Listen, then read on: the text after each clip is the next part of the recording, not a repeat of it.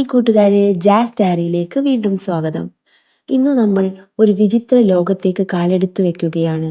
അവിടെ ഒരു ചെറിയ ചിത്രശലഭം മറ്റൊരു ലോകത്തിൽ നിന്നുള്ള ഒരു ഭീമാകാരമായ ദിനോസറുമായി സൗഹൃദം സ്ഥാപിക്കുകയും അവർ ഒരുമിച്ച് സൗഹൃദത്തിൻ്റെയും മൂല്യങ്ങളുടെയും ഹൃദയസ്പർശിയായ ഒരു യാത്ര ആരംഭിക്കുകയും ചെയ്യുന്നു.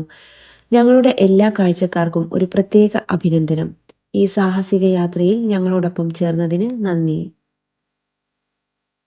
വലിയ സൗഹൃദത്തിന്റെ ഒരു ചെറിയ കഥ. വെയിൽ നിറഞ്ഞ പൂന്തോട്ടത്തിൽ ഡിനോ എന്ന സൗമ്യനായ ദിനോസറും ബെല്ല എന്ന ചിത്രശലഭവും തമ്മിൽ അഗാധമായ ഒരു സൗഹൃദം പൂത്തുലഞ്ഞു. മൃദുവായ പച്ചച്ചെതുമ്പലും താഴെപ്പരപ്പിലെ ഇലകൾ തുടച്ചുമാറ്റുന്ന കൂർത്ത പുറന്തോടുമുള്ള ഡിനോ വളരെ വലുതായിരുന്നു. പുരാതന വനങ്ങളുടെയും ശക്തരായ ടീറക്സുകളുടെയും ചവിട്ടുന്ന ട്രൈസറാടോപ്പുകളുടെയും കഥകൾ. ദിനോസർ ലോകത്തിലെ അത്ഭുതങ്ങൾ കേൾക്കാൻ അവൻ ഇഷ്ടപ്പെട്ടു. ബെല്ല തന്റെ ചുറ്റും നൃത്തം ചെയ്യുമ്പോൾ അവളുടെ ചുവന്ന ചിറകുകളിൽ വെളിച്ചം കണ്ടപ്പോൾ അവൻ ഈ കഥകൾ അവളുമായി പങ്കുവെക്കുമായിരുന്നു. അവർ കാഴ്ചയിൽ വ്യത്യസ്തരായിരുന്നു. ഒന്ന് ഉയർന്നതും ശംഖങ്ങളുള്ളതും, മറ്റൊന്ന് ചെറുതും ഭാരമില്ലാത്തതും. എങ്കിലും അവർ പെട്ടെന്ന് സുഹൃത്തുക്കളായി. ബെല്ല ഡിനോയെ അവളുടെ ചെറിയ ലോകത്തിലൂടെ ഒരു യാത്രയ്ക്ക് കൊണ്ടുപോയി. അവൾ പറയും, ഇതാ, പൂക്കളിൽ നിറങ്ങൾ നിറഞ്ഞു നിൽക്കുന്നത് പോലെ പിങ്ക്, മഞ്ഞ, പർപ്പിൾ നിറങ്ങളിലുള്ള ദളങ്ങൾ വിരിഞ്ഞു നിൽക്കുന്നു. ലന്താന പൂക്കളിൽ നിന്നുള്ള തേൻ കൊണ്ട് വായു മധുരമുള്ളതാണ്. ജമന്തി പൂക്കളുടെ സുഗന്ധം നമ്മുടെ ആന്റിനകളെ ഇക്കിളിപ്പെടുത്തുന്നു. ഉദയസൂര്യന്റെ കിരണങ്ങളിൽ തിളങ്ങിയ അതിലോലമായ ചിറകുകളിൽ ചിത്രശലഭങ്ങൾ പറക്കുന്നത് എങ്ങനെയാണെന്ന് ബെല്ല കാണിച്ചു കൊടുക്കുമ്പോൾ ഡിനോ കണ്ണുകൾ വിടർത്തി പുഞ്ചിരിക്കും. ഒരു ദിവസം ഡിനോ ചോദിച്ചു, ബെല്ല, പറക്കുന്നതിൽ നിനക്ക് ഏറ്റവും ഇഷ്ടപ്പെട്ടത് എന്താണ്?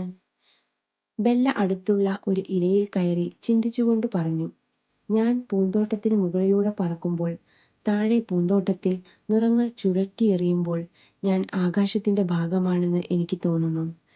ഞാൻ ഒരു ചൂടുള്ള ഇതളിൽ ഇറങ്ങുമ്പോൾ പൂവ് എനിക്ക് മാത്രം രഹസ്യങ്ങൾ മന്ത്രിക്കുന്നത് പോലെയാണ് എനിക്ക് തോന്നാറുള്ളത്. ഡിനോ ആ മന്ത്രിപ്പുകൾ സങ്കൽപ്പിച്ചുകൊണ്ട് ചിരിച്ചു. എല്ലാ ദിവസവും ഡിനോ പുരാതന ദിനോസർ ലോകത്തെക്കുറിച്ചുള്ള കഥകൾ പറഞ്ഞു.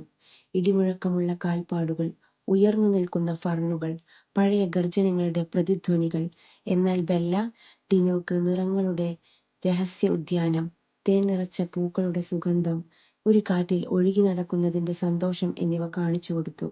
അവർ ഒരുപോലെയായിരുന്നത് കൊണ്ടല്ല, മറിച്ച് കേൾക്കാനും പങ്കിടാനും പരസ്പരം പരിപാലിക്കാനും അവർ തിരഞ്ഞെടുത്തതുകൊണ്ടാണ് അവരുടെ സൗഹൃദം വളർന്നത്. ഒരു ഉച്ചതിരിഞ്ഞ സമയം ഒരു കൊടുങ്കാറ്റ് വീശിയടിച്ചു. ശക്തമായ കാറ്റ് ബെല്ലയെ അവളുടെ പ്രിയപ്പെട്ട പുഷ്പത്തിൽ നിന്നും തട്ടിമാറ്റി. ഡിനോ അവൾ ബുദ്ധിമുട്ടുന്നത് കണ്ട് പതുക്കെ അവളെ തന്റെ വാലിൽ ചുറ്റി. ആകാശം തെളിഞ്ഞു വരുന്നതുവരെ മഴയിൽ നിന്നും അവളെ സംരക്ഷിച്ചു. ബെല്ല അവനോട് നന്ദി പറഞ്ഞു.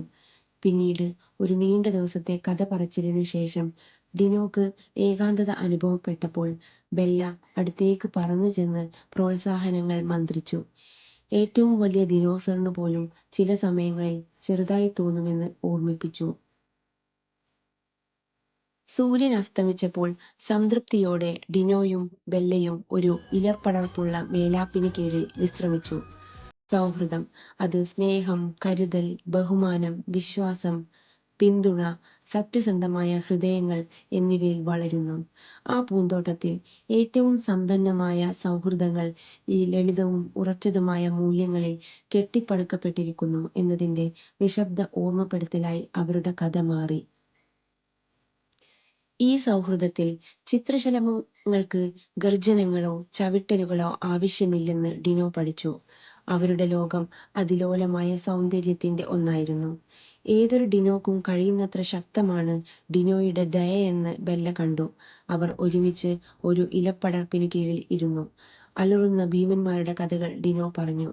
ബെല്ല ഇതളുകളുടെ മന്ത്രണങ്ങളും. പൂന്തോട്ടം സൗഹൃദത്തിന്റെ കളിസ്ഥലമായി മാറി.